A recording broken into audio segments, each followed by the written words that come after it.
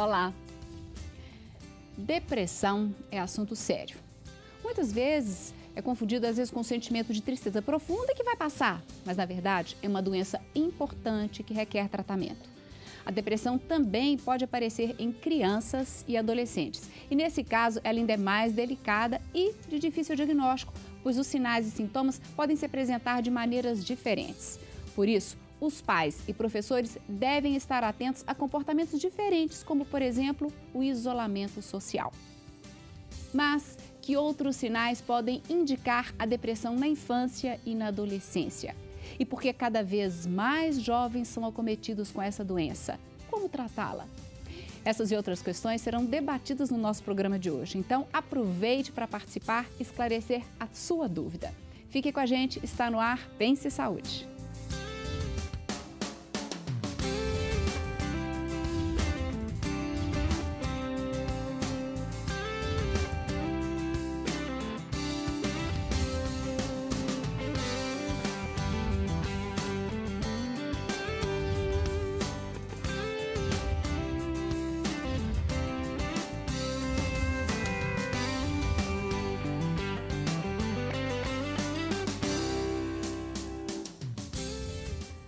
Para falar sobre depressão na infância e na adolescência, estão conosco hoje os psiquiatras Dr.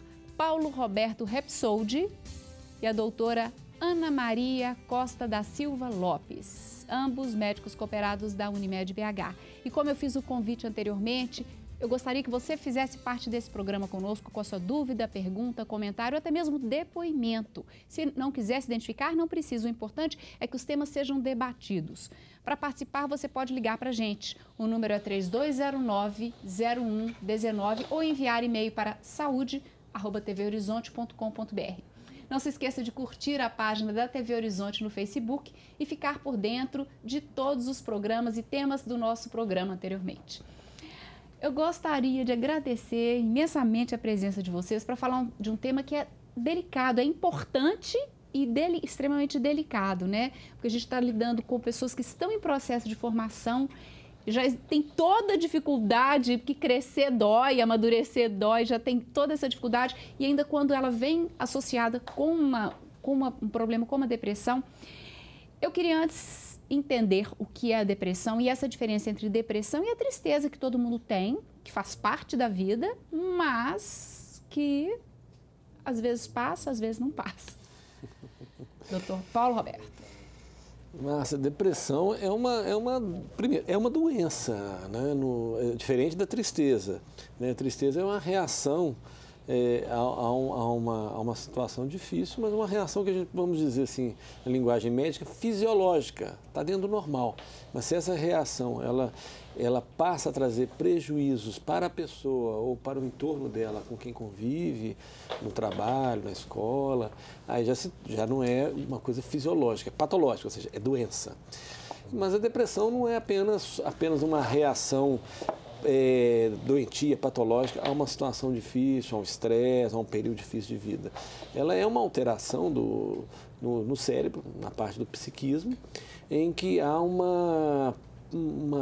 várias alterações químicas. Alteração química mesmo, exatamente, né? Falta de produção de algumas substâncias. Exatamente. Essas alterações químicas, no seu conjunto, trazem alguns sinais, sintomas clínicos, psíquicos, né, ou psiquiátricos, ou psicológicos, queira dizer, tais como uma perda grande de energia, de vontade, de força vital, de gás para viver, né, o combustível da vida, traz a dor, que não é a física, é a dor psíquica, chama-se angústia, que é aquele vazio, aquela sensação ruim, que é difícil de descrever, mas aquela agonia que a pessoa sente.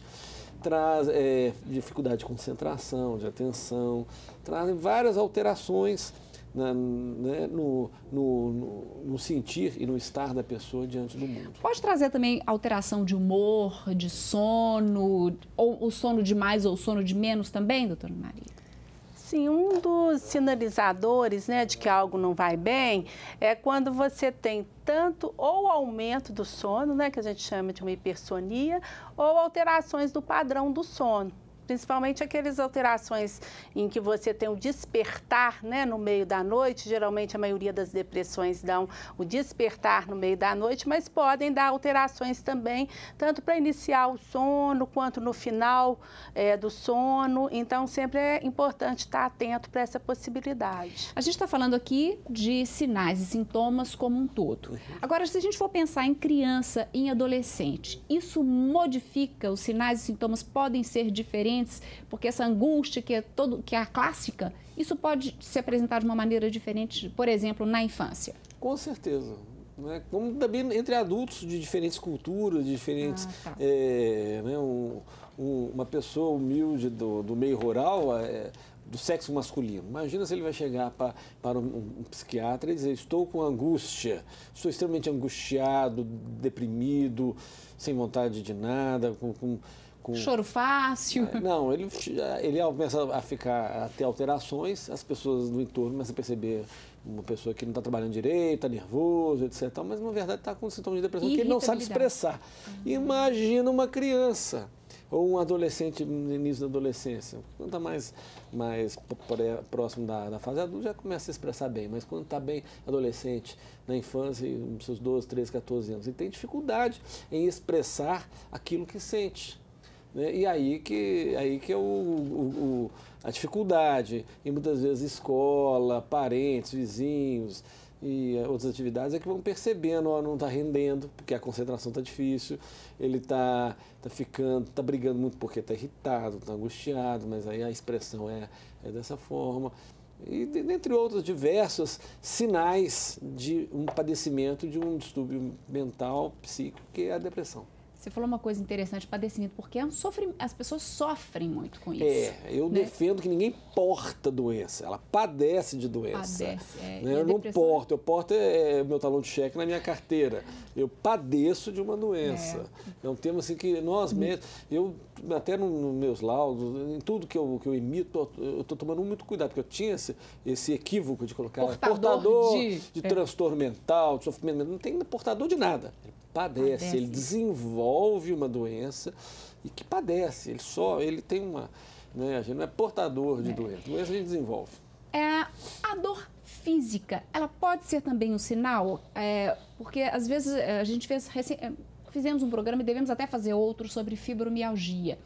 E aquela pessoa que tem uma dor generalizada que às vezes não tem um fundo específico, né, causador daquela dor muscular, ósseo, mas que às vezes está muito mais associada à emoção ou não saber lidar bem com a emoção. No caso da criança e do adolescente, dores também poderiam ser sinais? Com frequência, você tem situações, né, de crianças que começam a manifestar algo no corpo, porque é muito mais fácil fazer uma dor de barriga ou uma dor de cabeça do que dizer de um sofrimento, de uma angústia, não é? Então, com frequência, você tem casos de crianças que passaram já por uma vasta investigação clínica, de vários exames, e que se define com uma dor, por exemplo, tanto a cefaleia, né, a dor de cabeça, quanto a abdominal, de uma origem aí em fatores psicogênicos, né? E que muitas vezes pode ser uma depressão, uma ansiedade. As causas, a gente até falou aqui de alguns momentos em que você realmente tem tristezas e tristezas profundas, mas no caso de criança e adolescente, quais seriam as causas que devem ser levantadas para a depressão? Existe essa causa biológica que você citou, por exemplo, essa deficiência química de produção de algumas substâncias? Esse é um estuário de vários rios. Os rios são as causas mesmo. E o estuário do rio, ou seja, aquele desaguar do rio, né, o Rio da Prata mental, é o estado de alteração química, mas o que motiva aquilo são vários rios. O que alimentou isso, Exatamente. Aí, uma causa é a biológica genética, a pessoa tem tendência. Então, engraçado, não teve um probleminha, mas não justifica um estado tão grave de depressão, aquele problema. Ou nem problema tem, não estou conseguindo entender. E aí você vai ver, a mãe tinha depressão, o avô, o tio, vai ver que a família toda, se pesquisar. bem pesquisado vai perceber isso. Então, é uma tendência biológica, é uma tendência de origem hereditária genética. Mas há outra, que é psicológica, em que a pessoa tem uma tendência de dificuldade em lidar com o estresse, com situações difíceis, o que hoje está na moda dizer uma baixa resiliência, a capacidade de enfrentar as intempéries, as dificuldades da vida. E isso a gente vê em nós, em todos, né, que a gente convive, né, é importante fortalecer o ego, fortalecer o psicológico para que a pessoa ela crie musculatura psicológica para enfrentar os problemas. Outra terceira causa que eu defino é a traumática, que não é bem a psicológica, é trauma mesmo. Uma mãe que, por exemplo, vê os 2 filhos serem atropelados na frente delas. Uma tragédia, uma tragédia. Que pessoa que vai conseguir ficar bem nisso? Vai entrar em depressão, claro, mas depois passa. Mas mesmo com tendência, com fraqueza, com baixa resiliência ou não, a pessoa vai ter, mesmo sendo altamente resiliente. E uma quarta causa que eu defino, assim, das 4 principais, seria quadros realmente físicos, orgânicos. Por exemplo, intoxicações com produtos químicos, né? Pode. Medicamentos, doenças orgânicas que podem causar depressão. Uma depressão que não tem origem. Não é nada não é genérico, não é nada de baixa resiliência, nem nada de muito traumático do ponto de vista psicológico. É alguma coisa orgânica externa que, se tirou aquilo, a pessoa volta ao normal e nunca mais vai ter. A gente percebe, a gente já fez aqui outros programas, e que a depressão, às vezes, é muito mais frequente em mulheres do que em homens, ou pelo menos as mulheres acabam sendo mais diagnosticadas, talvez por procurarem mais ajuda. No caso de crianças e adolescentes, também se percebe isso mais em meninas do que em meninos? Às vezes, ao contrário, você tem quadros com uma certa frequência maior em meninos, não é? E que se apresentam com sintomas como, por exemplo, agressividade, impulsividade. Aquele menino que tinha um bom desempenho escolar, começa a ter uma queda do desempenho. Então, muitas vezes, nessa virada, né, da puberdade, da adolescência, você tem uma incidência aí maior de alguns casos no sexo masculino também, não é? Interessante. Bom, nós vamos interromper agora para um rápido intervalo, enquanto isso dá tempo das pessoas que estão em casa participarem com a gente. Aproveite o intervalo, ligue, mande sua pergunta, seu comentário ou até mesmo seu depoimento. Para isso, o nosso telefone de contato é o 3209-0119. Temos também o e-mail que é saúde@tvhorizonte.com.br. Hoje estamos conversando sobre depressão na infância e na adolescência e o nosso intervalo é rapidinho, voltamos já já.